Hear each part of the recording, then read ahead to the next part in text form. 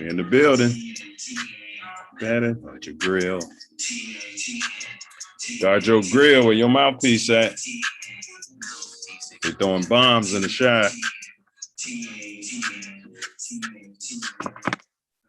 Better guard that grill. As I said, it's an open mic. You can pull up. You got the gonads. And if you got the mouthpiece. Welcome to today's show.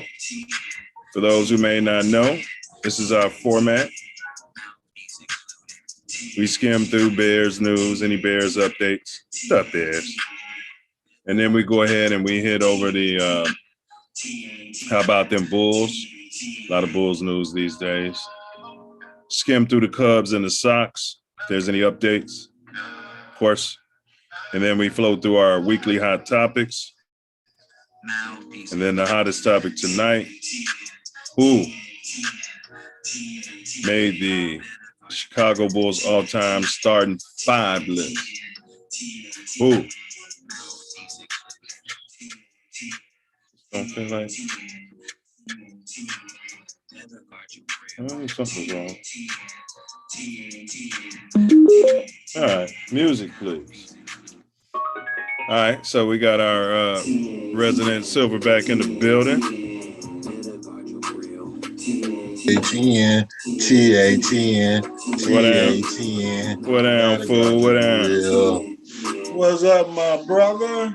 Jackie Robinson's finest, Jackie Robinson West, that is, finest baseball coach in the building. Manager, I guess I should say. Yeah. It's a part of the dream, baby. Takes a village to raise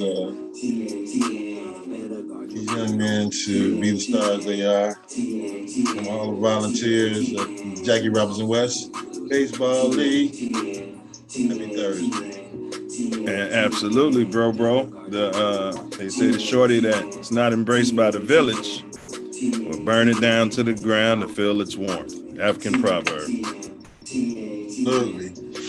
Absolutely. It's a mission a lot of times just to touch some of these youth, get them to the games, and even those that are athletically gifted but want to play baseball. Great to have them out there to try and learn the game and get a little time on the field. Facts. The Utes. The Utes of tomorrow. Today. Leaders of tomorrow. Yes, sir. What's going on? Bro? And what's been going on since last week? Give us some chatter until so I can drop this young link into the chat, bro.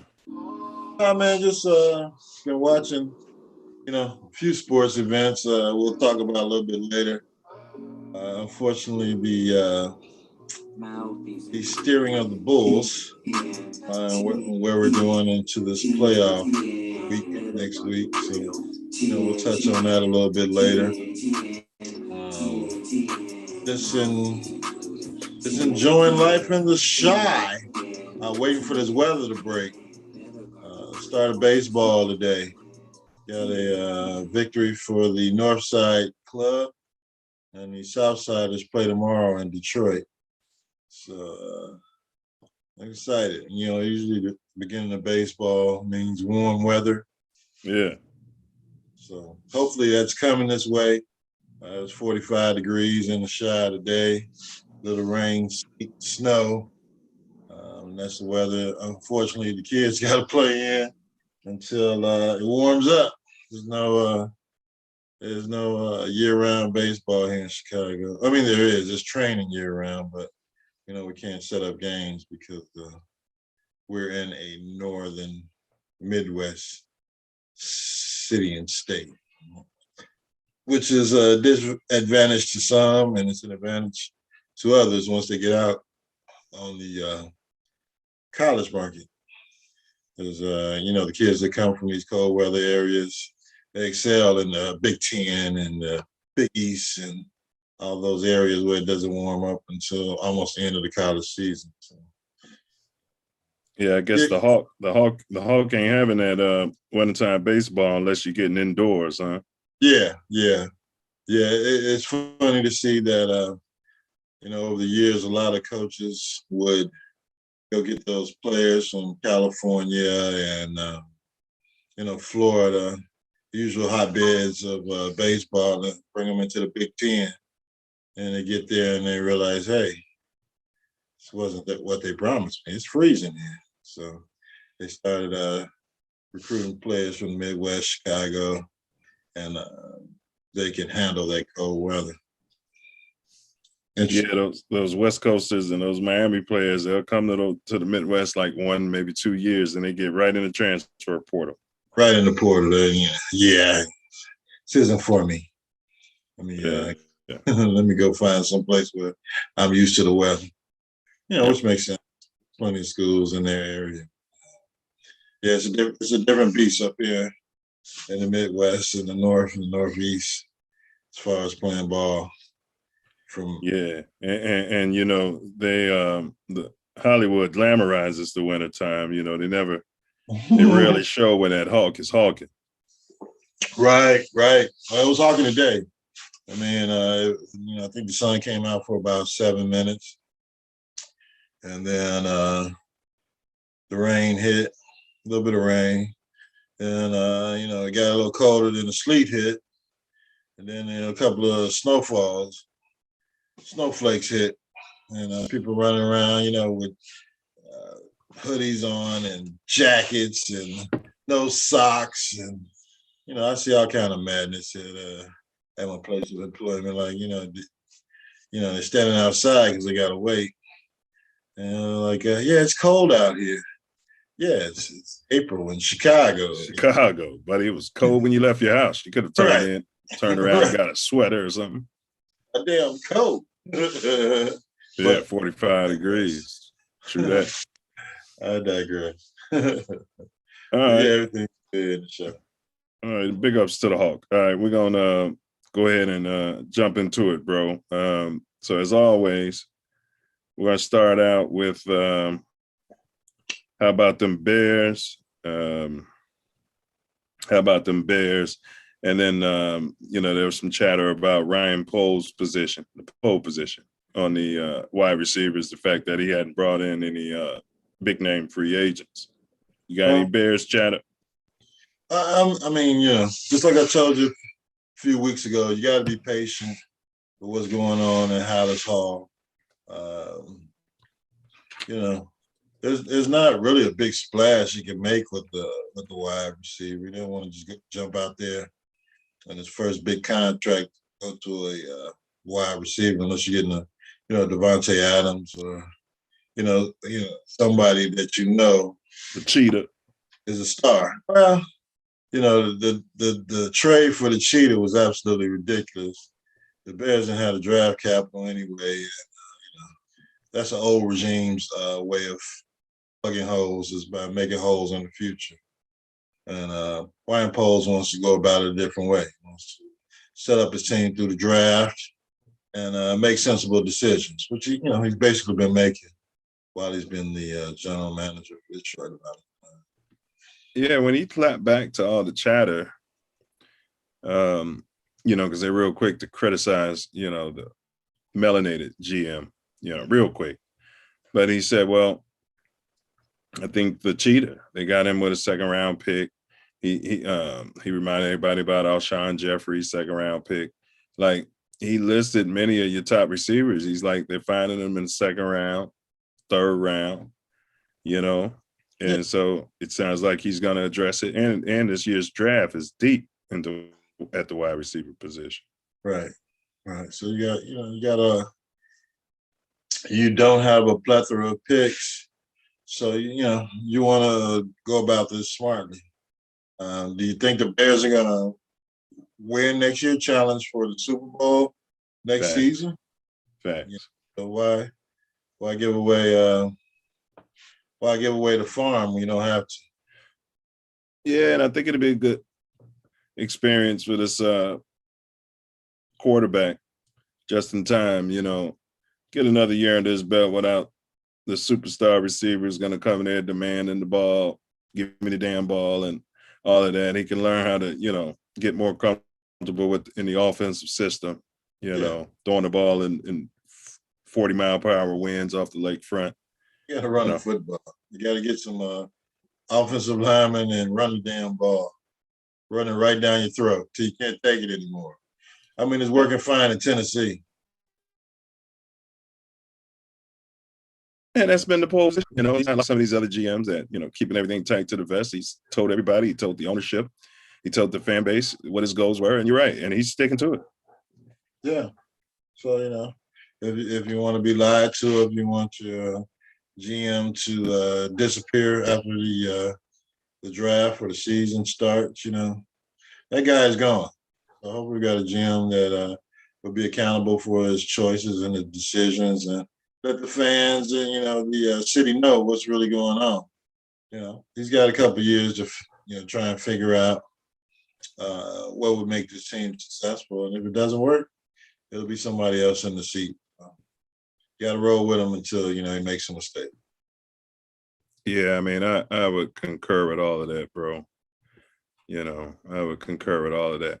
And then he can't be like ADD, general manager, while ADD meaning there's a shiny new object. Oh, a receiver become available. Let me drop all my plans, And it sounds like he has, and big ups to everybody with AD&D, ADD or whatever you call it. But sounds like he has a plan in mind, though, bro. Like, he seems to be sticking to it, like what you said about the draft picks and everything. So I wish him well on the endeavor. I expect the Bears to be pushing for the playoffs, not this season, but next season. Like I said, I got him at like 7 wins this year. I think you said that too. Yeah, I mean, I'm sure he knows the clock is ticking on Justin Fields' rookie contract. So, you don't just want to set him up for failure in 2 or 3 years when you're really looking to win, and before he has to get paid. So build your team from within, put some guys out there to protect them. You got a coach, hopefully, that can trust in his offensive assistants and get that offense rolling, and not be so gung-ho about his system and putting it in place with no matter what players are out on the field, and make something happen. We'll see what they can build. Facts. All right. Go Bears. Bear down. So now we're moving on. How about them Bulls? So as of this morning, I don't know what happened tonight. They had already played 80 games, so they're 45-35. They're in the 6th seed. They could potentially earn the 5th seed. They're 4-6 over the last 10. 7 games out of first place, behind the first place Heat. And if they currently played in the playoffs, if it started today, they'd be on the road against the Celtics, who recently thumped us at the crib. So what you got in some Bulls banter? I know Ball's been shut down for the season. Yeah. The talk around town from the fans is, how much of a finesse team the Bulls are. And it's really not going to get you too far in the playoffs. My prediction was them winning 1 game, but if they continue to play against these playoff teams like they've had in the last month, it might be a sweep coming, as they got destroyed by in a row the Miami Heat, Milwaukee Bucks, and the Boston Celtics. Which I knew was going to be a tough week for them, and hopefully they can pick up these last 2 games. But wow, you don't have a record against playoff contenders. You're 0-18 for the season, 0-19, whatever that record is. So, and it looks like they got beat down. With all the injuries, they're a little worn down. Yeah. Levine has been out. They shut him down, I think, for the rest of the regular season. So he better play for his contract life in these playoffs. So hopefully he's getting himself together and he's going to be ready to, shine out there. Yeah, I mean, that's that's going to be a big telltale sign for the offseason. What the Bulls are thinking of. You got a guy that has chronic knee problems. You willing to invest $200 million? Well, I told you, if he didn't sign early in the season, I'm not. I mean, you know what I mean. He ain't showed me, like you said, these injuries. If he wants to go out to LA and play in LA or Golden State, he'd fit Golden State system rather nicely. But good riddance. Yeah, I mean, I understand he's built himself into a offensive all-star here in Chicago after his trade from Minnesota, but I'd be hard pressed to invest that kind of money into Zach LaVine. I try to put that sign and trade together. Yeah, and to your point about the cream puff team, the way the Bulls have been playing, I'd like to say that it doesn't fit the city's image. We got goons. You can't go to Harold's Chicken without running into, 17, 18 goons. Yeah. You know what I mean? And nice, juicy Smollett. Yeah, I mean, we're a hammer and nails type of, city. And I think that team needs to fit that a little bit more. I'm not saying go all out old school New York Knicks or the Pistons, but, we do have to get a couple of guys who are going to hard foul you. And get rid of that guy Diesel's been talking about. What up, Diesel? That big center who's been playing better, but he's another cream puff. European. Yeah, Vukovic. Yeah. Let me throw it to Diesel right quick, man. You got some words to say? We started out, man, with the Bears, and then now we're on the Bulls. So if you got any comments on the Bears, have at it. But we're talking Bulls right now, bro. Oh, hold on. Let me ask you to unmute. My fault. I do that every week. There you go, bro. I was looking at somebody's mock draft. They actually had the Bears trading one of their, because they got 2 second-round picks, and they had them trading to get like another pick that wasn't that far away, as well as like another 3rd rounder. So basically getting kind of like some more draft capital because since they got two second rounders. It kind of made sense. I don't know if they'll do it, but because it's so deep draft, not for quarterbacks, but go ahead, bro. We don't need that, but go ahead. Yeah, it's deep for receivers. So that's what they were predicting. Somebody was going to trade up in that 2nd round. And the Bears, because they got a couple of prime candidates to get more draft capital that this new GM going to want to try to fill out, the roster of guys that he liked. As far as the Bulls, man, I told you, man, the coach is hot garbage, man. He's got like no defensive principles at all. And they getting worse as the season goes along. I never liked the Lonzo Ball signing because he's not worth that much money because he's always hurt. He's like a mini Anthony Davis. But what about LaVine along those lines? Are you going to max him out? He's gimpy in the knee now too. I wouldn't. He's too suspect, man. He tore the ACL. Right. And then it seems like now every couple of games, especially if he goes hard, you got to sit him out because he done strained that knee. So it's almost like it's a matter of time. It'd be a bad investment. He's strained his knee or his back, or yeah. Again, yeah. I would find somebody else that you could team up with DeRozan, and you'd have to. They're gonna have to. I really think they should look at getting another coach.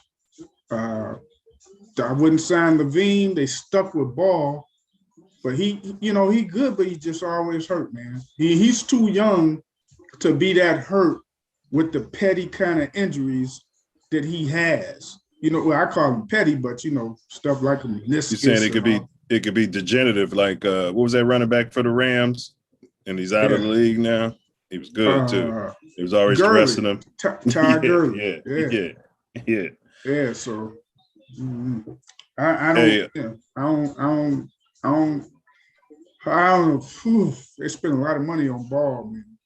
I mean, in a scheme of things for NBA starter, $80 million isn't really a lot of money over 4 years. Do they? Yeah. Do they want him playing? Yeah. But I they love knew they ball. were taking that chance. Yeah, I He's love a good ball. player. I His love him shots improve. when he plays because Yeah. he's a good defender. Yeah. He can shoot. He's not the best passer, and his handles is all right, but overall, I like the guy. It's just he stays too hurt for somebody to be that young. Especially playing the point guard position too. You need your general on the floor. He should be able to get you 82 games. Yeah. I'm the overseer said one love, self-love. He's checking in from Vegas. He said, and Ace, I was gonna comment on this. You said Celtics. I think Diesel said Celtics in 6. It probably No, I mean not in 5. 6 and 5, yeah. It'd And probably be I'm 5. saying 6. And I'm the overseer saying 6 too. He said because the league wants to make that money. Nah, maybe so. They like Yeah. to. The refs either blow the whistle or hold the whistle. Things get tight in the playoffs, and yeah, you do have the advertising to consider. It'd be better to have 4 or 5 games. Maybe you can build up the Bulls for next year. You're right. But wow, all things being fair and equal, I think they get swept. Well, I expect Levine to ball out because he's playing for his contract life. I don't think he has any interest in signing with the Bulls. I said I would have traded him before the trade deadline. He hadn't signed that max. He was playing hurt right before the trade deadline. I'd have traded him as soon as he didn't sign the max they were offering before the season started. I would have traded him and got what I could.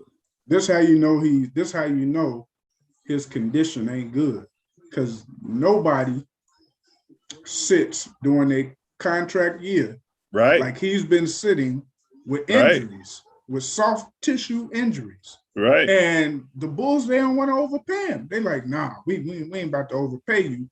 And he's they offered him the max though, and he turned it down. I was like, and I was asking it. I was right. I was asking Ace, like, what does he want? We can't nobody offer him more money than us. Like, so you just saying that's like if you in a marriage and you offering the max. And you know what I'm saying? It's like, yeah, get out of here. Listen, if you ever analyze Bulls games, he has more. Now, we'll all agree he's got the ability to do anything defensively, offensively. He's got the ability. This right here, he lacks that. He lacks it. I'm telling you, if you watch him in games, he'll turn the ball over in clutch situations. And he just, and defensively, oh my God, this guy blows coverages, man, like all day long. He'll run off of his guy. Yeah, he reminds me of Sammy Sosa too. He can get a lot of stats, but in meaningless games, you know what I mean? Not when you need him. Yeah. I mean, I'd let him go. I wouldn't even what? You want the max? What? Nah, buddy. You want a max? I'm gonna give you a max incentive based. Now you play these games, you can get all this money. He was their main problem before DeRozan got here in the fourth quarter. They'd be, somewhat close to a team, and then he'd come out and shoot 3 or 4 terrible shots, and then next thing you know, they're down by 10, and then the rest of the team quits and it's over. And for that athletic ability, he's not that good of a finisher at the rim. Like, well, that's the thing. His game is based on that, and he don't have that ability with all the Todd Gurley issues. Yeah, yeah. Well, I'm gonna go over his season stats. Go ahead, Ace. My bad. Maybe they're protecting him for a sign and trade at the end of, after the playoffs are over and the offseason. Yeah, the Warriors will take him. They like those high yellow gimpy guys. Yeah. But so he played in 66 games out of the 80. He's giving them 34.8, which is essentially 35 minutes. He's giving you 24 points a game, 48% shooting. I mean, these are good numbers, 39% from the trade piece. He's getting you 4.6 rebounds and 4.5 assists. I mean, those are good numbers. Yeah, the thing is, decent numbers, but when you watch the games, the eye test don't lie. You watch them games and you see what he does, especially when it gets in the key situations. Man, when you said the Warriors, he fit right in because he plays like Fit a right little in. rasp, plays like a Yep. little rasp, just like Yep. they do. Yep. Free spirited, fun loving with the ball, turn it over in a minute, Yeah. jack up shots at any time from anywhere, right up there. All right, Ace, you got any closeout comments on the Bulls, and then we're gonna push on. Yeah. I mean, it's just been terrible to watch the games this week. Just knowing that they cannot come close competing against the Diesel top says four coaching. teams. But go ahead. I mean, part of it, I can't say it's coaching. I think these guys just don't have the physical ability to compete against these teams. They need one more player. No heart. Yeah. Look at When their they lost roster ball, right now. man, they lost a lot. What dudes out there on that roster got heart to be out there playing with heart? It's a couple. DeRozan, Caruso, that rookie. Io. Yes. Yeah, he got heart. He got heart. But he's learning. You know, it's tough for him because he's learning on the go. So we won't even count Io. But I'm sure he's hit the wall this year too. Yeah, he's hit that rookie ball. And I'll give it to even Kardashian, Tristan. He got some heart. You know, he don't have as much. Yeah, he don't have as much ability as he used to have, but he still got heart. You know what I mean? But it ain't enough. You need more than that. You know, if you're gonna lack ability, you got to have heart and effort to go with it. Vucevic don't have none of that, man. He can shoot a little bit and rebound because of his body. That's it. Yeah, he don't have heart. He's European. I want to go over. I want to go over the Ball's season stats. He's only played in 35 games. He gave us 13 points per. Here's a weird stat. His field goal percentage is exactly his 3-point percentage, 42.3 from both. That's weird. 5.4 rebounds and 5 assists. Yeah, he needs to get the assist numbers up if he's going to average 13 points a game. In 34 minutes, yeah. If you watch him half the time, he don't be controlling the ball. It be DeRozan and Levine. That's coach. His name is ball. Exactly. Yeah. All right, well, let's move on, man, because we could talk about this forever, and we'll save some of that for the playoffs. So now we're jumping into the NCAA upsets, updates. So Kansas, I don't know who y'all picked. Y'all got to remind me, but they beat North Carolina 72-69. I did not watch the game, so this will be on you guys. I know Carolina had a big lead, and then Kansas made a run. We'll start with Ace, and then we'll throw it to Diesel. Yeah, I think we both picked Carolina to win, and they should have won. But, hey, you take that foot off the gas, and, sometimes you can't get that car started again. And Kansas came back right after halftime and slapped them around, and they couldn't recover from it. Hey, that game cost me. I had a parlay going, and matter of fact, I had it on Carolina's total points. I ain't even have it on the win or the whatever. The minute the second half started, and I started seeing them running clock, AKA bitch ball. At the beginning of I said, oh, they went to the four corners. Man, they was just. I mean, they don't even do four corners no more, but they do it in a different way now. And I could see it. I was like, they running like a motion type thing. Or another guard come and hold it. Another one come and grab it, dribble a little bit, hold it. And every time they was waiting inside of 10 seconds. But I said, man, play like you played in the first half. You could do that when you get to the 10-minute mark. They took their foot off the gas. Yeah. Well, bad coaching right there. Now, the dude, he's got a name I can't pronounce, starts with an O.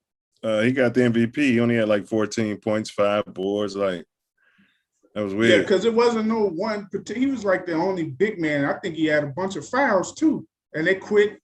He had a bunch of fouls going into the second half. He had like 3 or 4 into the second half. And they weren't I'm telling you, if you seen the game, I knew it within the first minute. I said, these fools about to come back. I said, the only thing they're going is they're going to have enough in the tank. Right. Because they had to go like the whole half to try to make up the lead that they had on. Yeah. Well, they were able Did to you do watch that. the game, Mace? No, I caught the highlights. I was I think I had a fire going outside, and I guess it was kind of warm that day. I don't know. But yeah, I had a fire going outside. I was chilling. So I figured I'd catch, the highlights. Because I checked in like the first half. And I saw the lead. So I was like, there's no reason for me to watch, the rest of the game. And boom. Wait, who's coaching Carolina? Is the dude that came from Kansas? No, it's Hubert Davis. No, Hubert Davis. Oh, wow. Roy You got Rogers. another Roy Rogers retired. Roy Williams. Roy Williams. My bad. Yeah. Rogers Cowboy. Yeah, He retired Roy too. Rogers. Yeah, he retired. All right. Was it a great game though, Diesel? Yeah, it was. I mean, it was a good game. The first half, if you love Carolina, you was like, go stand by the window and collect your money because it looked like it was a done. Looked like it was a done deal. Yeah. And then what made it a great game was because they came back, and then Carolina tried to fight a little bit, but it made me sick. I was like, man, the coach, man, you got to know. Like, listen, one half of basketball, national champs. You got like a 17-point lead, maybe more. I can't even remember how big the lead was. It was like 16, yeah. And I'm like, just tell them to play hard the same way for like the first 10 minutes. That's all you got to do. Then the last 10 minutes, if you still got that same lead, then you can start playing the clock. Man, I don't take the air out of the ball to 5 minutes left, man, especially in a game like that. Yeah, it's a national championship. Right. All right, but let's push on, man. We got the NC2A's women's championship. I had picked South Carolina to defeat UConn. They won 64-49. D. Henderson scored 26 points, full disclosure. I didn't watch that game. Did any of you watch the game? I haven't even seen the highlights. No, I didn't watch it. I fully expected Carolina to win as well. I mean, UConn was really there as a kind of a surprise team. I mean, they're always a good team, but this, didn't seem to be their year to make it to the championship. They're not getting all the recruits no more. Yeah. So, it's way more widespread now. They don't get that. Yeah, they're going to South Carolina where they're going. Right, they used to get everybody. They was like Simeon in the heyday. The team I liked, I think it was a team that beat. I don't know if they beat South Carolina or somebody in like the tournament, like right before the NCAA tournament.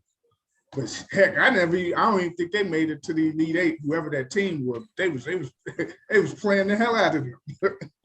Yeah, that was their championship game. It was probably a wake up call. You know how that go, man. You lose the game right before the big tournament start. It's a wake up call, and the coach had you running and stuff. They ain't chilling. So you come out and slap teams around. That D. Henderson is a guard, though. 26 and a chip, man. Yeah. She looked like she might be good in that WNBA. Yeah. I mean, they got a couple players that should round out well to the WNBA. That WNBA, man, they need to figure something out because they don't make any money. They lose money. Hey, I'm the overseer said Carolina turned the ball over to start the second half on the inbound pass. I bet you was like, oh, no. Yeah. I think Hubert Davis Hubert Davis told him at halftime. They got it in. Hubert Davis told him at halftime, we're going to go out here and make history. And unfortunately, it was the biggest comeback loss in the history of the NCAA. What history was they going to make? Yeah, Carolina. You probably told him something. You know what was funny? They interviewed him in the first half. You know how they get the coaches when they're coming back from a timeout? Oh, boy. He was giving up strategy. Oh, no. Man, he was so hyped. I said, man, I thought he was going to grab the ball from her and run out there on the court. He was, we're doing that. I I said, man, he got these dudes fired up. Wait, did he play at Little Duke did or I know. Carolina? He played at Carolina. Carolina. Carolina, Yeah. and for the Knicks. And he went to the Knicks. I'm confusing him with the guy. What was the big forward name that played for Detroit out of Duke? They had another dude with the same Grant Hill. Remember the other Hill? Oh my God! Oh my God! Oh, when Leitner hit that shot, what was his name? something Hill. Antonio Hill? No, I'm thinking of them Lanes or whatever their name was. I'm confusing him with him. Yeah. No. All right. Well, I don't like to talk about Ben Simmons every week, but he comes up in the news. So Nike inked him a huge deal, a 3-year deal with Nike, man, and he was in a negotiating. He used New Balance as a negotiating tool, but he went with Nike. I'll start with Diesel. What's your thoughts on Ben Simmons getting a commercial deal like that, and he's not even suiting it up?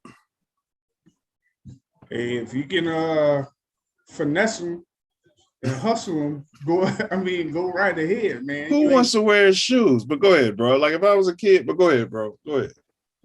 Sometimes you don't even have to have your own shoe.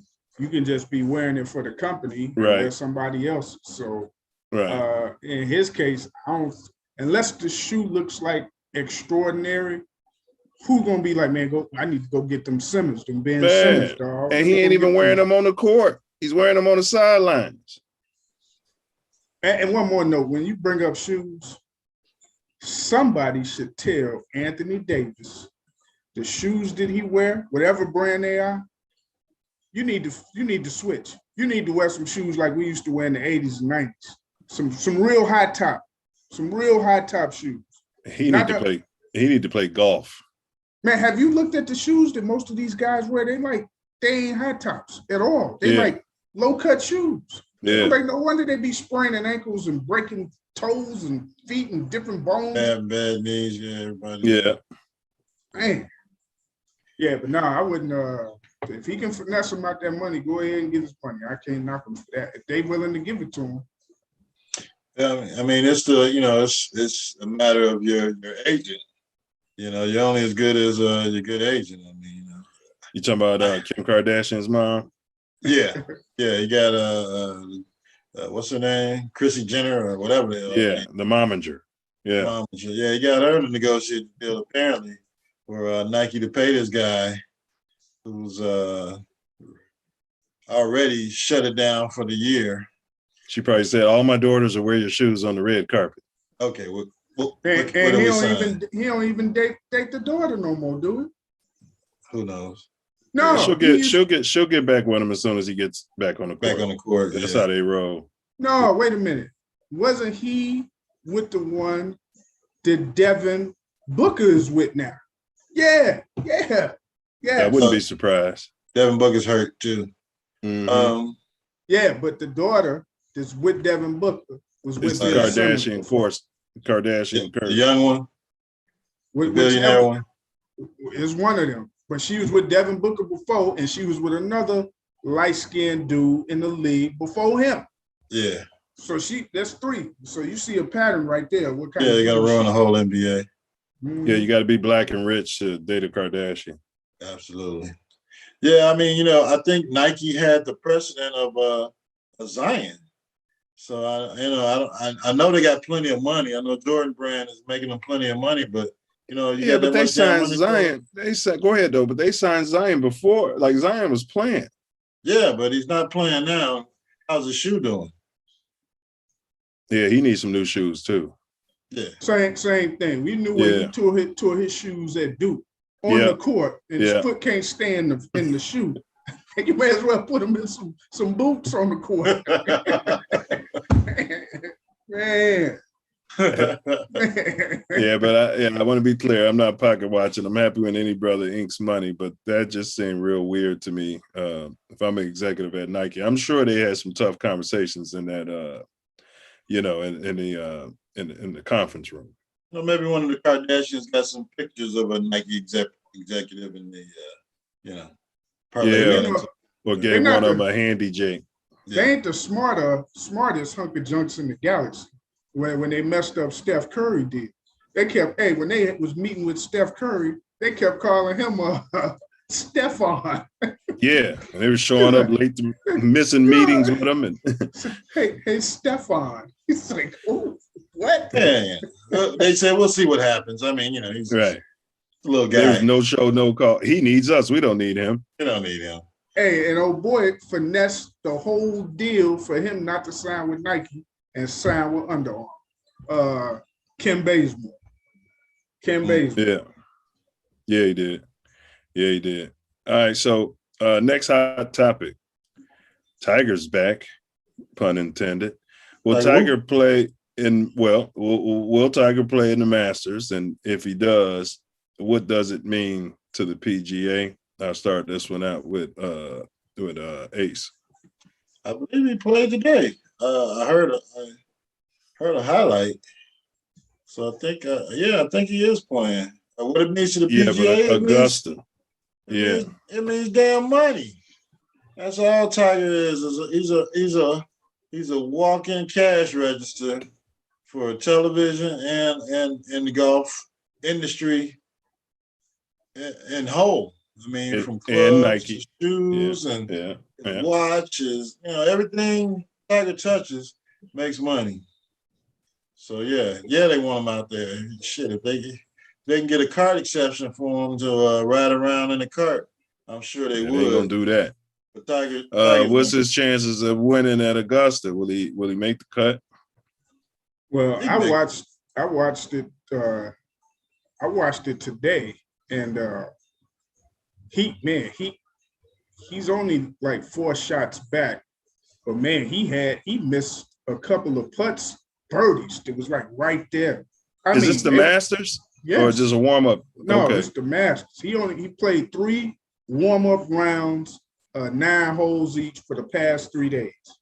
Right. And he said I'm gonna play, and man, he was dropping dimes. I'm telling you, except for if he'd hit a couple of putts that was right there, he'd be at 3 under, like 1 shot off the lead, 1 or 2 shots off the lead. What does he mean to the PGA? Oh, everything. Man, they had so much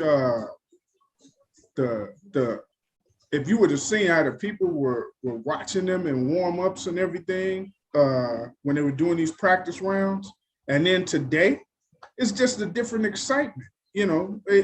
What he does for them, none of them can do it when he's not playing. With all those good young players they got, they don't have the same star power. Yeah, they don't have that same. They can't like dominate the game like he did for such a long time. Well, no wonder I didn't know it started. Yeah, it just started today, and the purse is a measly $11,500,000. I say measly for guys like Tiger, but right now he's tied for 10th place. He looks like he will make the cut. He's at he's 1 under in round 1. Yeah, the high guy is 5 under, right? Yeah, he's right there. Yeah, so and Tiger's known for storming man. Yeah. But I'm telling you, bro, I watched him miss 2 close birdie putts, man. Matter of fact, and blow a par putt. So that's like 3. Because his back and ankle was killing him walking around. Hey, I ain't gonna lie. He was walking. Hey, look, he's walking like this. Hey, Milz, he's walking. It's like a little walking like O.J. Simpson. He was. So he was killing. Yeah, he shocked me, man. I was surprised. I was like, he ain't gonna be able to.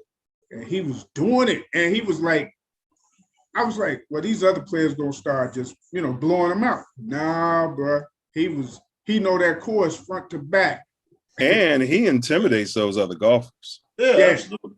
Yeah, for sure. And there's 2 other black guys that I know that's on the tour that's in the tournament. One guy named Cameron Champ, he's real light. So I know I think one of his parents is white, but I know the other one is black. And Champ right now, is even par. He's tied for 19, but there's like What about Harold Varner 1, 2, the third? 4, 5, 6, 7, 8, 9, 10, 11, 12. 12 people tied for 19, so that's a crapshoot. Varner the third is one. He's tied for 10. One under? The Tiger. 1, 2, 3, 4, 5, 6, 7, 8. It's 8 tied for 10. Yeah, he's one under as well. Yeah. Harold Varner looked like he could be at your neighborhood cocktail lounge having one on a Friday. All right. My man. He probably be in the clubhouse a lot then. Varner, you're up. The ninth hole. I'm drinking. Yeah, but Tiger is, he's a Michael Jordan of golf. So no matter how many of these Jack Nicklaus and all these guys that came before Palmer. Yeah. Everybody still loves Jordan. Same thing with Tiger, no matter what he got going on in his personal life. Even with the pills and the spousal issues and the car accident driving over the side of the mountain. Yeah, all that comes with being a billionaire. Not having a driver when you're not having a driver. Yeah. You can't go to those seedy neighborhoods he goes to looking for the tramps if he's got a driver. He's got to slide through those neighborhoods by himself. I hope his son becomes, somewhat close to as good as he is. He's gonna be better than him, actually. He might not win as many championships. He ain't. That's a tall task to put on a kid. I know it is, but the kid he plays well. He's good, but like I said, if he could just fit amongst these good group of youngsters that they got now and compete. About how old is man, he should be getting ready to start. Looks like he could be at the end of grammar school, about to go to high school. Maybe about 11, 12. Somewhere in there, somewhere between 10 and 13. I ain't sure. Well, Tiger Woods is 46. Charlie Axelwoods is 13. He was born on February 8th, 2009. So any final thoughts on this topic? And so ultimately, y'all agree? Y'all feel like he's going to make the cut, which I always did too. What chances does he have to win it? It depends. Injuries out. Yeah. He's going to wear down after. Man, it's a lot of walking, man. What do they play? 72 holes? Yeah. 18, 18. If he makes the cut, and it depends on the weather, because he'll tell you when it's like rainy and cloudy and stuff, his back and everything. Right, but the cold is good on his ankle. But the heat is good on his back. The cold is good for his ankle. But like today was like the perfect kind of weather. It was like not too hot, not too cold. Yeah. But it was sunny and it was kind of windy. And Tiger's been known, I'm not gonna say his plug shows up in the middle of a tournament, but he's been known if he's too far out with his injuries, he'll just pull out. Yeah, he'll just be like, all right, it's been one. And and he has definitely has the latitude to do it in this tournament because he's coming back from such a if he makes the cut and he's within 5 shots. What do you mean if he makes the cut? If he makes the cut tomorrow, right? So wait, are you saying you don't think he's gonna make the cut? It kind of depends on the weather, bro. If that weather's ridiculous, it don't. He might pull out just because the weather too bad. For real. But I think it's a 80% chance he'll make the cut despite the weather. Well, not to make light of it, he's dealing with a lot of pain, and then that pain is what got him in his opiate situation. Man, it's a shaky situation. Yeah, he's got to still be popping pills. Yeah, he's got a new prescription. It's probably why he drove over the side of the mountain. Doctor said, we can't give you no more of this shit, but pick up the Tiger. And anybody addicted to opiates, it's a serious thing. All right. Y'all got any final thoughts on that before we jump to the next hot topic? Good luck, Tiger. Yeah, good. Go Tiger. All right. So we'll start this one out with Diesel. Conor Pinky McGregor. I just figured, I saw this one. I read an article about his reckless driving, right? In 2021, he was out in Ireland driving around with no license, no insurance, or even registration. This guy's rich and, speeding. They drug tested him and tested his alcohol levels. He was sober. So he's just living, that high risk lifestyle. But they buried the lead because it was just a one line in there. Did y'all know he was the highest paid athlete in the world in 2021? This man has not won a fight since 2016.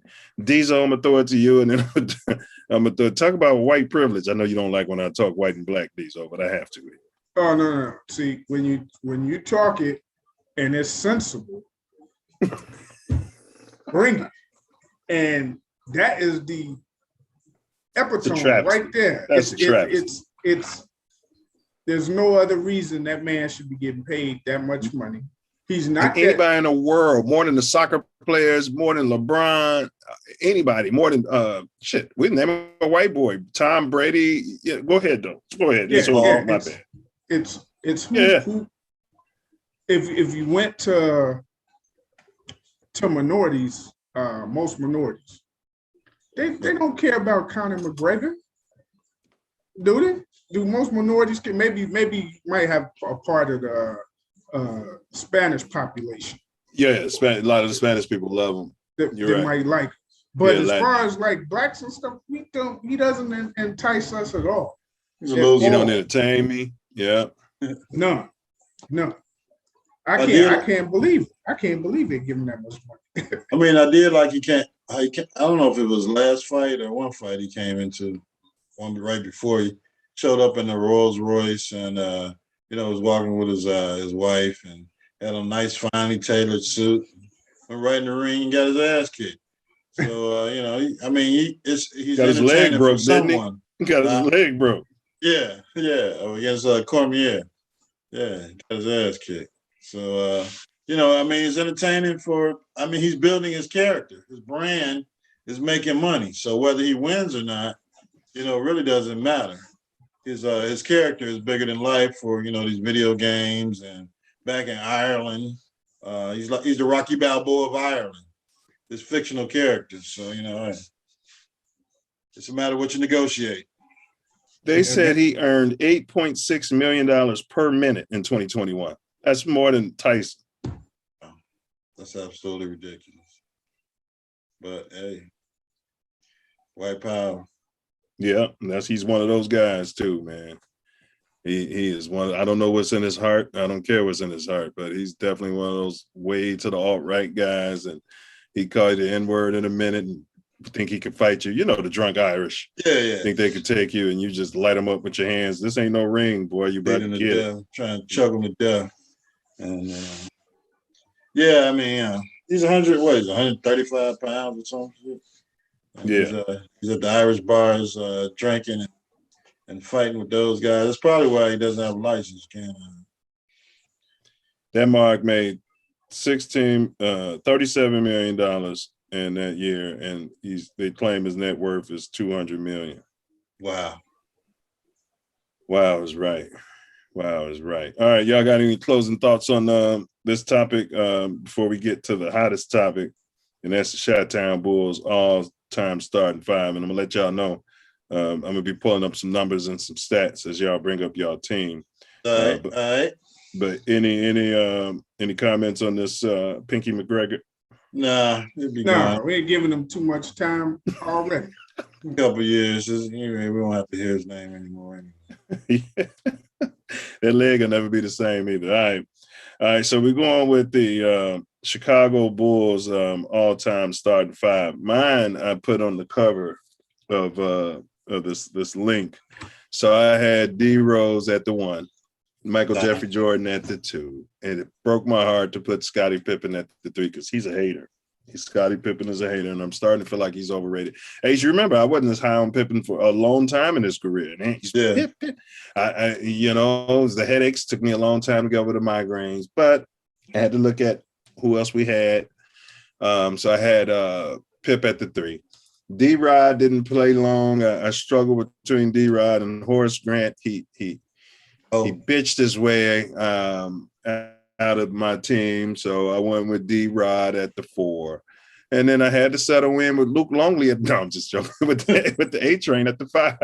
I went with the A-Train at the 5. So I'm gonna get some stats, but I'm gonna throw it to you. I want to hear y'all 5 first. It's on you, Ace. I mean, we pretty much got the same team. I got Butterbean at the 4. Bob Love. The Bob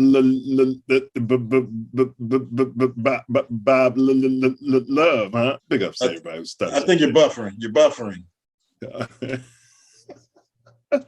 So you got D Rose at the 1, Money at the 2, Pip at the 3, Bob Love at the 4. All right, and then A-Train at the 5. A-Train at the 5, yeah. Interesting. With an honorable mention from Jawan Oldham in the fight he had as a center for the Bulls. I forgot who he went into the stands and try and kill.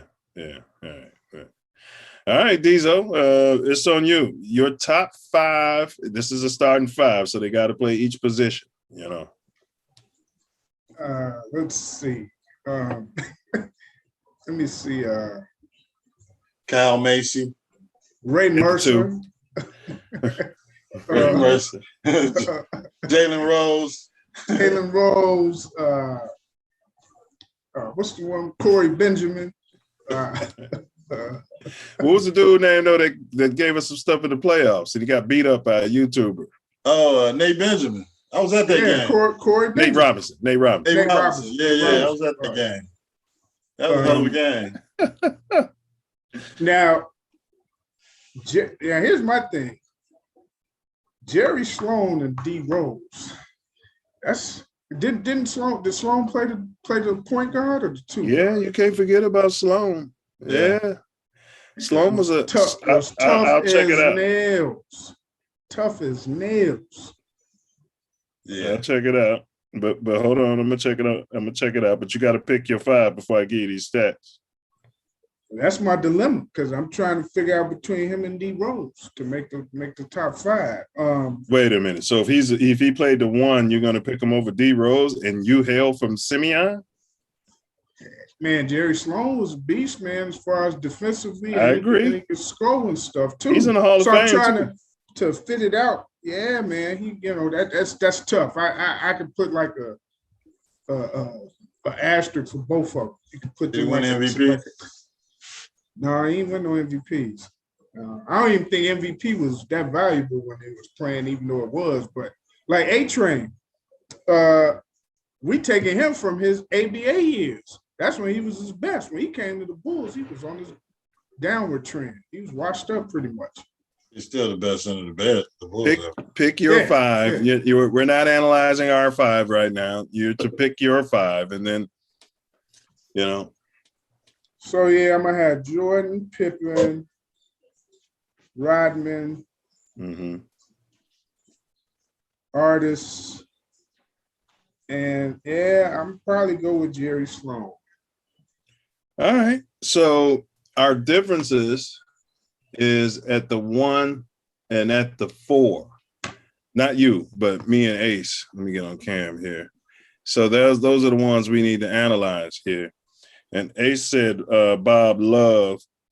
And it's interesting. I can see that because Robin didn't play a lot with the Bulls either. So some of these, has to matter as well.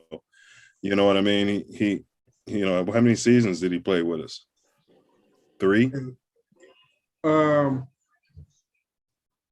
I think he was it 2 or 3.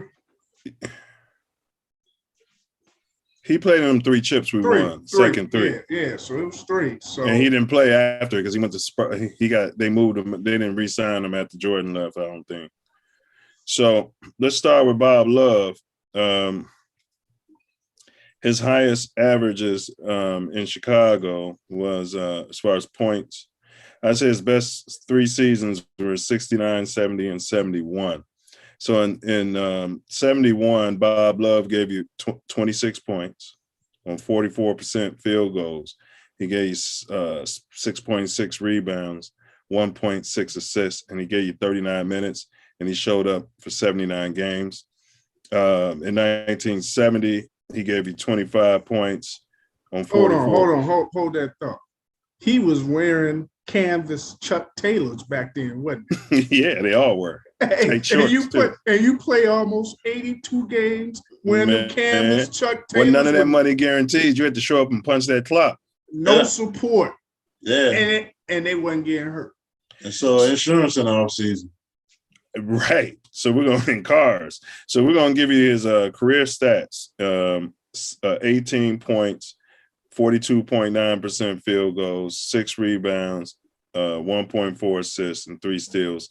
All right. So they didn't keep those steals stats until 1971, I believe, steals and other stats.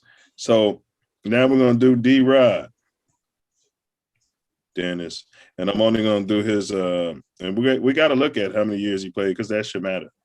Dennis Rodman career stats. So D-Rod, all right.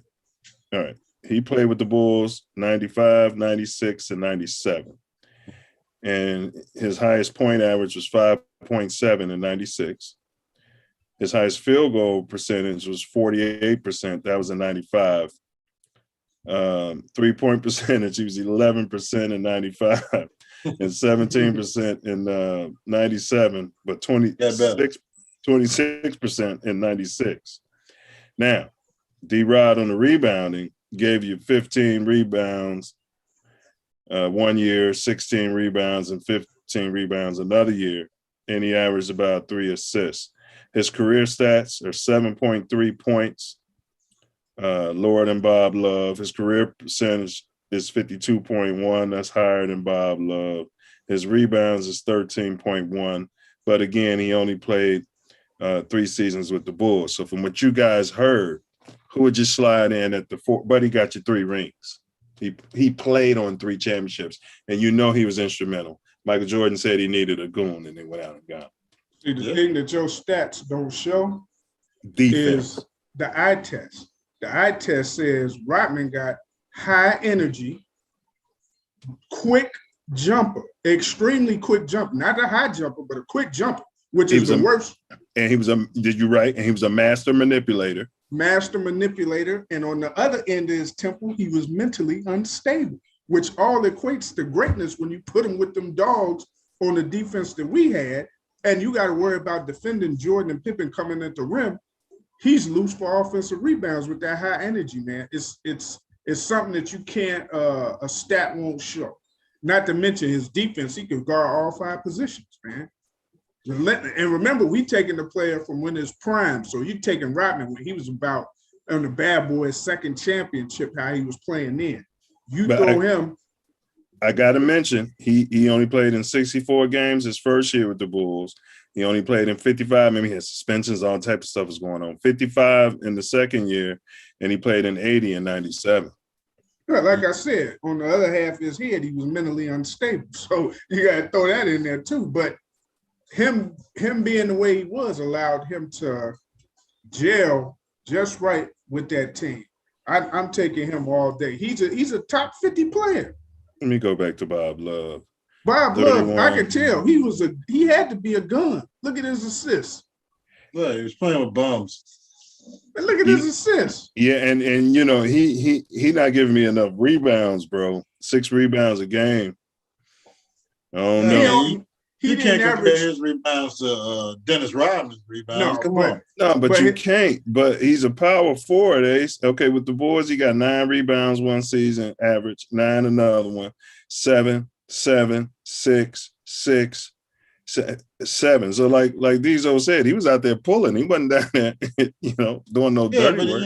Not many players are averaging 10 or more rebounds. He didn't average 2 assists for his whole career. He's a forward. No.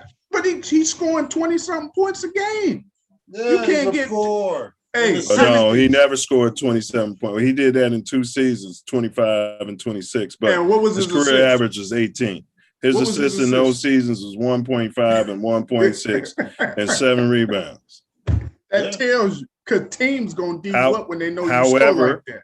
However, Dezo, he played 1, 2, 3, 4, 5, 6, 7, 8, 9 years with the Bulls, and he's up in the Raptors. Hey, we got to have a bench too. All-time team got to have a bench. No Well, problem. Coming off. I'm in agreement with Diesel. I mean, if you got to line them up and play and match up, I'm going with Bob Love. I mean, with Robin as well. Yeah, I'm not giving a 3-year player, especially an arch nemesis, before he came here. Hey, all you need to I had bigger issues with Pippen than Robin. But go ahead, Diesel. All you got to do is that fool look like a gazelle running up and down the court with his knees bouncing up and down. I mean, I got nothing against Robin. I love Robin. I mean, you needed that guy who didn't want to shoot the ball on a team when you got Jordan and Pippen, hogging the ball most of the game. So, yeah, you needed a guy like that. Robin couldn't shoot. Yeah. I mean, he averaged like 60 points a game in college, but I'm saying he couldn't shoot. All right, so we're going to move on. The other difference, because me and Ace agreed on everything else. So the point guard position, we got to take a look at this Jerry Sloan guy. Jerry Sloan gave you one. He's in the Raptors. He gave you 1, 2, 3, 4, 5, 6, 7, 8, 9, 10 years as a Bull. All right. His best season was in 1970, which means he was lacing them up with your guy Bob Love, Ace. He was his assistant. He gave you. He probably going to get there, but I got to see what position he played because this ain't right. Let me just before I do this, what position did Jerry Sloan play? Because it wouldn't be fair. Because Diesel was asking that. What position did Jerry Sloan play? All right. Jerry Sloan played, because he might have to reconfigure his he was a shooting guard and a small forward, Diesel. So you gotta, I know you ain't gonna put him up before Jordan and Pippen. So he gonna have to. We can use Jordan and Pippen as the point forwards like they've worked. No, we're not doing that. Or he can bring the ball up, but he gonna be. Okay, so he's still on your 5. All right, yeah. All right. If you put him the way he played defense and was tough with them, Rodman, Jordan, Pippen, man, you're not scoring nothing. This is why I say this is Ace. This is why I say he's got a penchant for the pink man. But here we go. Jerry Sloan's best season, 18.3 points on 44.1% field goals. But y'all got to remember, in these times, they wasn't scoring 1,000,000 points a game. Yeah, a 3-point line.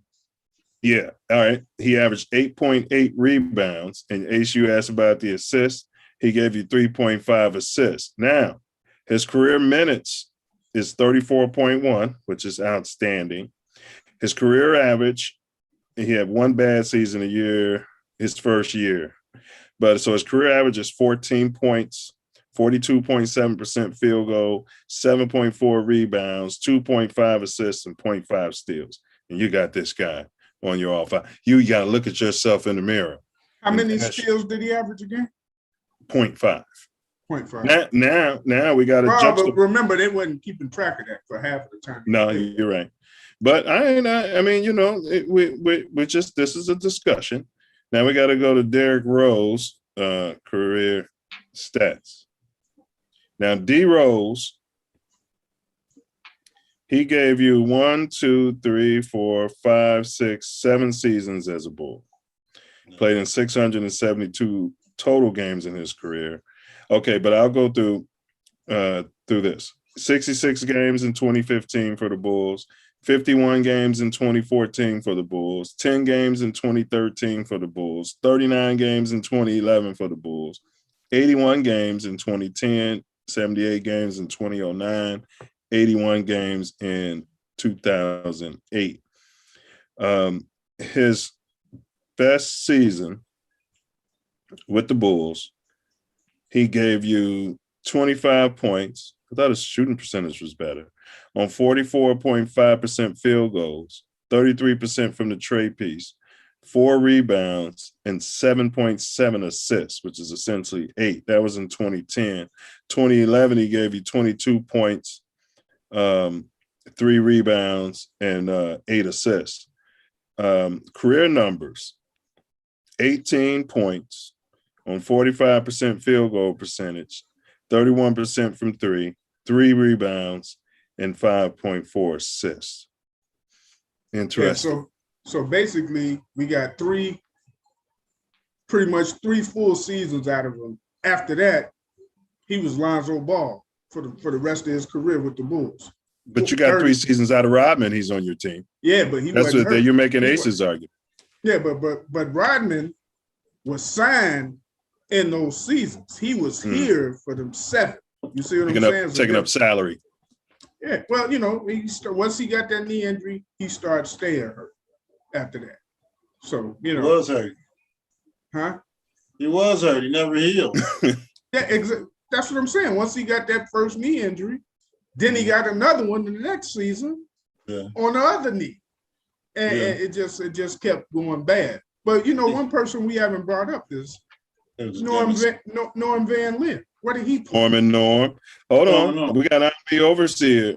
See, you guys are just sexually assaulting the integrity of what we're doing here, because I wanted them to be by position. I mean, anybody could have said, well, Jordan could play the 1 and he could play the 2 and blah, blah, blah. But I'm the overseer said Jordan at the 1. And I forgot about Jimmy Buckets. He got Jimmy Buckets at the 2, Pippen at the 3, D-Rod at the 4, and for some reason he's having the Bill Cartwright fantasy. I mean, Bill Cartwright was integral. He just eliminated himself with the Bill Cartwright fantasy. Because if he's seen Artis Gilmore in his ABA days, it ain't even close. And if y'all think Michael Jordan's going to play the 1 and let Jimmy Buckets play the 2, right? Not going to happen. Not going to happen. No. So, but it seems like everybody agrees on Robin except for Ace. And only me and you. I'm the only person who said D. No, me and Ace agree with D. Rose. Yeah, overseer probably wants to put Sedale 3 at the point guard. Yeah, I'm the overseer. That's what we Sedale 3 at the point. I forgot about Jimmy Buckets. Yeah, remember Reggie Theus too. Oh my God! But he couldn't play. He played the 2. Yeah. If y'all going, but if you're gonna put a little bit. If you're gonna put Jerry Sloan on your team, you need to take him off and put Reggie Theus on there. Oh, absolutely not. Reggie Theus ain't no Hall of Famer, man. You crazy? It's because he's not white. No, Jerry Sloan was tough as nails, man. Ask people. He played in the same era with him. They was on the same team. I don't know. Well, maybe Norm Van Lier was doing all the work and Jerry Sloan was getting all the Nah, man, you trying to shortchange Jerry Sloan. I ain't gonna let you do it, man. You need to wait a minute now. Let's make this Theus argument. In 83, he only played in 31 games, but he played a total of 1, 2, 3, 4, 5, 6 seasons with the Bulls. All of the other 5 seasons, he played all 82 games. I respect that. He averages in his career 34 minutes a game. I respect that. Points in his highest point total. Remember, this is when scoring 24 was like 40 today. He averaged 23.8 points on 47.8%. He from field goals, 23% from 3. He gave you 4 rebounds and 6 assists. Bro, you got if you're gonna switch lineups and play people out of position, you gotta have Reggie Theus on the team, bro. He is not. Reggie Theus was not better than Jerry Sloan. Now let's go over his career stats. 18.5 points, 47% from the field, 25% from 3. He only gave you 3 rebounds, but he gave you 6 assists. Man, 19 and 6. Jerry Sloan was like 14 and 3. Yeah, but it's more than what his stats show, man. You know what? You two must be on some. You two must be on some. Bro, we got 3 people who picked their all-time teams, and you're the only person who's got a pink man on the team. We're not saying, I'm just saying it's just something we got to matter. Why does it matter what color he is? If it's an all-time great Bulls team, if he deserves it, he deserves it. Or Norman List. Why does it matter? But you changed the whole framework of how we're doing it. It was a point guard, a 2 guard, and he's white. Because he's white. No. We were picking a point guard, a 2 guard, a small forward, a power forward, and a center. You changed the rules just like white people. Because I didn't know what position he played, so I said And then I said, we'll give you a chance. Didn't I say this, Ace? No, you said I'm gonna look it up. You looked it up. I said then put it as a tie, him and D Rose. And then you said, didn't say that. I did. I said put an asterisk. You can put him and D Rose for a tie for me. When I was pulling up the stats, before you pulled it up, I said right. But then I said no, there's no ties. But when I pulled up the stats, Diesel, I said, look, I'm gonna give you an opportunity because I saw his stats, because I want to look at the position he played because he had so many rebounds. He was out rebounding Ace's power forward at Bob Love. Now, one thing I can tell you, he's a better rebounder than Bob Love. And you said, nope, I want to keep him. How tall was Jerry Sloan? That's a good question. I know one thing, Jordan respected him. I'm telling you, if you go back and ask people who older than us, the generations before us that watched them, they'll tell you Jerry Sloan was the real deal, man. Bob Love was 6'8". Jerry Sloan was 6'5". Rebounding like Russell Westbrook. Hey, well, I mean, we're not going to be able to agree. I personally like my team. Derrick Rose at the 1, Jordan at the 2. I mean, come on. Pip at the 3, Rodman at the 4. Well, we never looked at A-Train's because there was no disagreement. But I'm interested in Artis Gilmore's career stats. Because you mentioned the ABA. So look, I'm gonna give you a comparison. I know you hate when I do this, but I'm gonna give it to you anyway, since y'all both want to tag team me like the Hart Foundation. So when you ask people if you made an all-time Bears team, right? And we might have to do that one day on the show, right? Yeah. What's your all-time Bears team? But we want it by position. We don't want. Let me finish. Well, Singletary could have played outside linebacker. We don't want to hear that. But go ahead, bro. So here's an example. You say the Bears team. Okay, who's the running back? Because halfback, fullback, how they do, and it's going to be between Peyton and Gale Sayers, right? No. It's not. Well, Gale Sayers didn't play longer as Walter Payton did. See, and that's what I'm getting at. If you ask people older than us, your fathers, your uncles, all of them people who watch Gale Sayers, they say Walter Payton. No, it's a whole lot of them think Gale Sayers was the greatest running back they ever seen. Ask them. But that was lightning in a bottle. We're talking about. You missing my whole point. No. Don't repeat yourself. We understand your point. We understand your point. We just disagree with it. So that's all. And if I can pull up stats right now, we'll save it for when we do that topic. We'll do that next week as the hottest topic. But I could pull up stats on Gale Sayers' best season versus Walter Payton's best season. And all I'm saying is when you ask me a question, who would old heads pick? The old heads I was around said Walter Payton.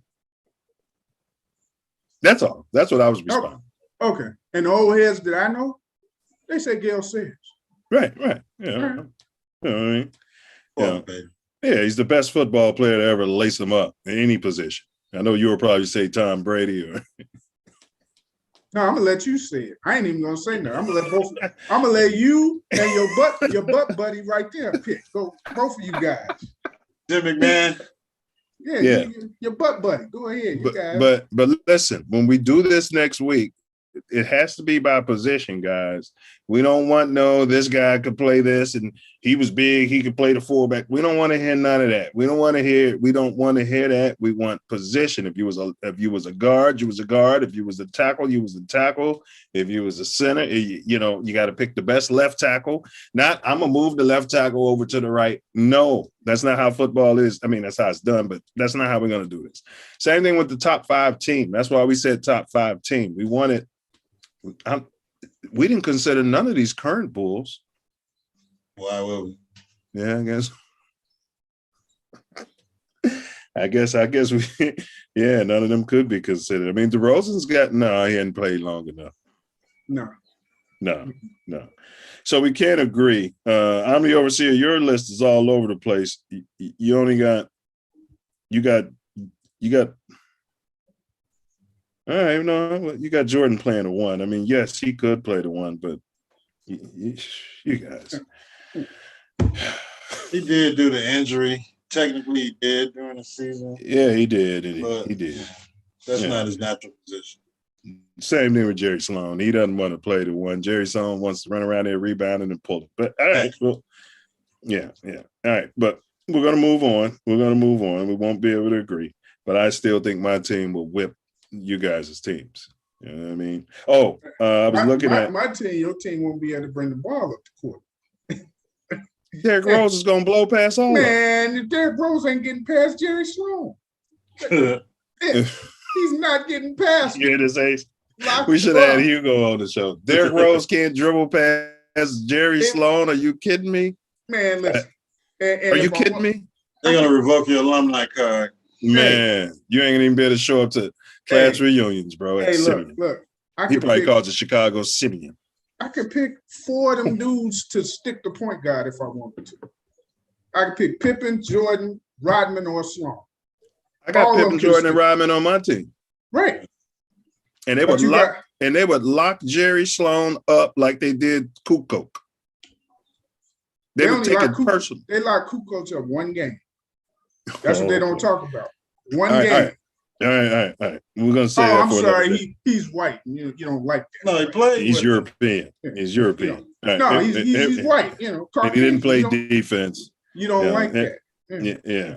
You notice he ain't mentioned Kukoc at all. No, you didn't either. No, we ain't even got to the bench. We still are. There's no. We did first 5. All right. Now, Artis Gilmore. I wanted to go through this. He averaged 33 minutes in his career, which is damn good. He played 1, 2, 3, 4, 5, 6 seasons with the Bulls. For all of those seasons, he gave you 82 games, except for one, and that was in 1979. He must have been hurt. He gave you 48. In 78, he averaged 40 minutes a game. He gave you 24 points, 13 rebounds, 3 assists. And for some reason, it's not showing me the defensive stats, which is pissing me off. But my point is, A-Train's a lock. I think we all agree with A-Train at the 5, right? Yeah. And his stats with the ABA was even more impressive. But they always shunned what people did in the ABA before they played. Even Julius Erving, they just forgot all about it. They disrespect him big time. Yeah, they weren't making any money off the ABA, so that's why it's a money thing. We got to do Bill Cartwright for Omni Overseas 6. Yeah, I mean, we have to. He had a great career, though. Don't get me wrong, but by the time he came to the Bulls, that was all behind him. So I'm the overseer. He played with the Bulls. I didn't realize he played with us that long. 1, 2, 3, 4, 5, 6 seasons. He gave us 78 games one season, 79 in another, 71 in another. But outside of that, he gave us 42 games, 63 games, and 64 games. His minutes. Everyone looking for a shooting, looking for the hard foul. Yeah. His highest scoring season with the Bulls was 11 points. His highest rebounding with the Bulls was 6.7. I mean, come on, I'm the overseer. I mean, that's A-Train is rolling over wherever. 7'1", big as I don't know what, and you can't average 8 rebounds in the season. He couldn't stay on the court. They were limiting his minutes. Yeah, but you weren't going to come rolling down the lane against Bill Cartwright either. No, you wasn't. I agree. You wasn't. And so his career averages a 13.2. He got you 52% field goal percentage. Yeah, I thought his rebounds would have been higher, though, Diesel. 6.3 rebounds, 1.4 assists. So I'm the overseer. You can put in the chat if you want to rethink that. Give it up for Cartwright. He had as many assists as Bob Love. It's Bob Love. You guys, I know you guys wanted to have a hot take. You know what I mean? This guy with the Jerry Sloan take and this guy with the Bob Love take. Yeah. I'm glad we had some disagreement, but Bob Love he was a good player. He was a stretch four before the Euros got here. Yeah, I guess he was. Tell me I some don't know how many assists you're looking for your fours to have, but man, he got to have at least 2 if he's scoring like 20-something a game. He did have 2. No, Yeah, he did. he It was the didn't. rebounds that was low. Remember, he only had you about. He wasn't Yeah, giving you no 1.4 assists for his career. Come on, man. And you averaging 20 a He game? played with Jerry Sloan. Jerry Sloan's a ball hog. Jerry Sloan didn't average that many assists. Yeah, because he He should have averaged been in more. the Hall of Fame. No, he averaged more rebounds Let me see. than I gotta Bob double Love. check this because if he's in the Hall of Fame, that's a travesty. Jerry Sloan is in the Hall. I said he was, guard. but if he is, Well, I I know looked at he's. his I numbers. know he's in as a coach. I don't know if he's in. He might be in as a player too. 2009, he was the longest tenured head coach in American Major League Sports with the same franchise when he resigned. Yeah, he went in as a coach. As a coach. Yeah. All right. Go ahead, Diesel, and then we're No, I gonna. was just gonna say Bob Love is like 6'8", 6'9", and the 6'5" guy averaged more rebounds than he did back in the 70s. And Bob Love, the 6'8" guy scored more points than he did back in the 70s. yeah, but he didn't have more assists. He only had Who 2. cares? I can't believe we're doing a top 5 discussion, and the biggest argument is between Jerry Sloan and Bob Love. I hope they watch this, boy. They happy as hell. You know what I mean? All right. But we're gonna table that. Diesel, give me your final words on anything as we close out for tonight, and then I'm gonna throw it to Ace for his final words. That would be good to see, though, to put up a 5, and if you could see them play whatever 5 you have for that team and watch them play the other 5, even if they're playing some of the same players, which you know they would be in their Well, you prime. can on the video games. You can on the video games, but go ahead, bro. Right. Go ahead. Right, and see what the outcome would be. You know, like how they used to have the simulated computers. They'd tell you like when the baseball or football would go on strike. Yeah. And ESPN used to do stuff like that. Yeah. Yeah, that's pretty much it. Yeah, we could do the Bears next week, but if we do the Bears for like running back, there's going to have to be 1 running back, 1 fullback. Yes. Right, but they don't have fullbacks now, so you know what I mean. So you got to make sure. Yeah, that's true. That's true. Well, yeah. We'll come up with a standard. I was going to have a fullback on mine anyway. The guy who blocked for Walter Payton. Yeah. Matt Suey. Yeah. Of course, there's Brian Piccolo who blocked for Gail Sayers. Yeah. But so that's next week. All right. The final words, Ace. Final word. You know, I can't believe you're arguing about Jerry Sloan versus Bob Love. That the guard had more rebounds than him. Who cares? All those bricks they were shooting back in the 70s, of course the guard is going to out-rebound them. The guy was averaging 20-something points a game. Anyway. He was a straight gun, a Uzi. You guys are hilarious. Straight Uzi. Yeah, he had to be a Uzi. You can't average 2 assists. This has got to be the first Bob Love, Jerry Sloan debate on the internet. For your whole career, you can't average 2 assists. Let him get his final words in, bro. You had yours. Just a hater. You can substitute Tony Kukoc on your team for whoever you had. For Pippen. Horace Grant. Anyway, I ain't call Horace Grant. You call Horace Grant. You ain't heard me mention his name. I mentioned Horace. Let this guy get his final words. Horace Grant. Anyway, during the final word. I'm pretty happy with my pick for the all-time Bulls team. Most of them are consensus picks as far as Jordan and Pippen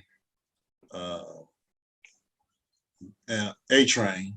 You got a little fluctuation in the guards and Jerry Sloan and D Rose. Should be ashamed of yourself as a Simeon alone. All right, I'm gonna have to let him respond. But go ahead, though. Go ahead and finish. I mean, you're attacking this guy in your final words. But yeah, I'm pretty much done. I think that team will stack up with any team in the history of the NBA. All right. These you want a quick rebuttal before I go into my final words? Or you good? He's questioning your semionymity. Oh, well, you can bring it. You can bring it. I'm the blue and gold, but I ain't gonna let that. If we picking that team, and I think that Sloan makes that a better team than D Rose. Like I said, it's real close, real close. So you can go either way, but I take the slight nod for Jerry Sloan because of his toughness. I think we'll go better with Scotty and Mike and Rodman, just because it's toughness. And it'll be we know D Rose wasn't tough from Inglewood, but Yeah, when I'm speaking toughness, I'm talking about stuff like defense, stuff like that, which wasn't his strong suit. Hey, Norm Van Leer, he's only 6'1". I didn't know that. I always thought he was taller when he was sitting in the studio. Yeah. All right. Well, my final words is this, because we forgot to cover this topic. Let me get my cam going here. Oh my God. Norm Van Leer. Your guy. Yeah, LeBron. He was asked what NBA player would he like to play with, and he said Chef Curry. So LeBron's, I told Ace he'll cut and run. He's a cut and runner. So LeBron's going to end up trying to weasel his way in Golden State potentially. But I'll take my top five against anybody's team. And I really don't know what you guys have been smoking, but I'd have to respect, especially I'm the overseer. I mean, Bill Cartwright, you kidding me? Bill Cartwright, and he's not white. And I'm still saying he doesn't belong on the team. So that's pretty much my final words to wrap it up as we cue it up. So next week right here on Mouthpiece Included, we're going to have more hot topics, and we're going to do the Bears. Four-time first team all defense. Who? Jerry Sloan. 4 times. He was first team all defense in the NBA. But Derrick Rose was first team all NBA multiple times. I ain't sure. Yeah. All right. So now on the Self Love Show on Wednesday at 7 p.m. Central, we're covering social media and its effect on the Black community, whether it be positive or negative. That's what we're unpacking. I'm gonna put you on the spot right now. How many times Derrick Rose been an all-star? Don't look down either. Look straight into the camera and ask. No, so you just we're closing the show out here. He just cheated. You see that? How many times? I'm looking at something. We're closing the show out. Yeah, that's what I thought. Yeah. Don't you hear? They're playing us off here, Sam. Sucker MCs. That's what they're playing. We're closing the song out. So we'll answer that question next week, bro. Production. 3 times. So 3. Next week, or when you're driving through the Chi, or sitting in your whip in Inglewood, Cali, you want to check your 6, look at those blind spots, keep your head on a swivel, guard your grill. He made first team once. Knuckle up. And don't forget to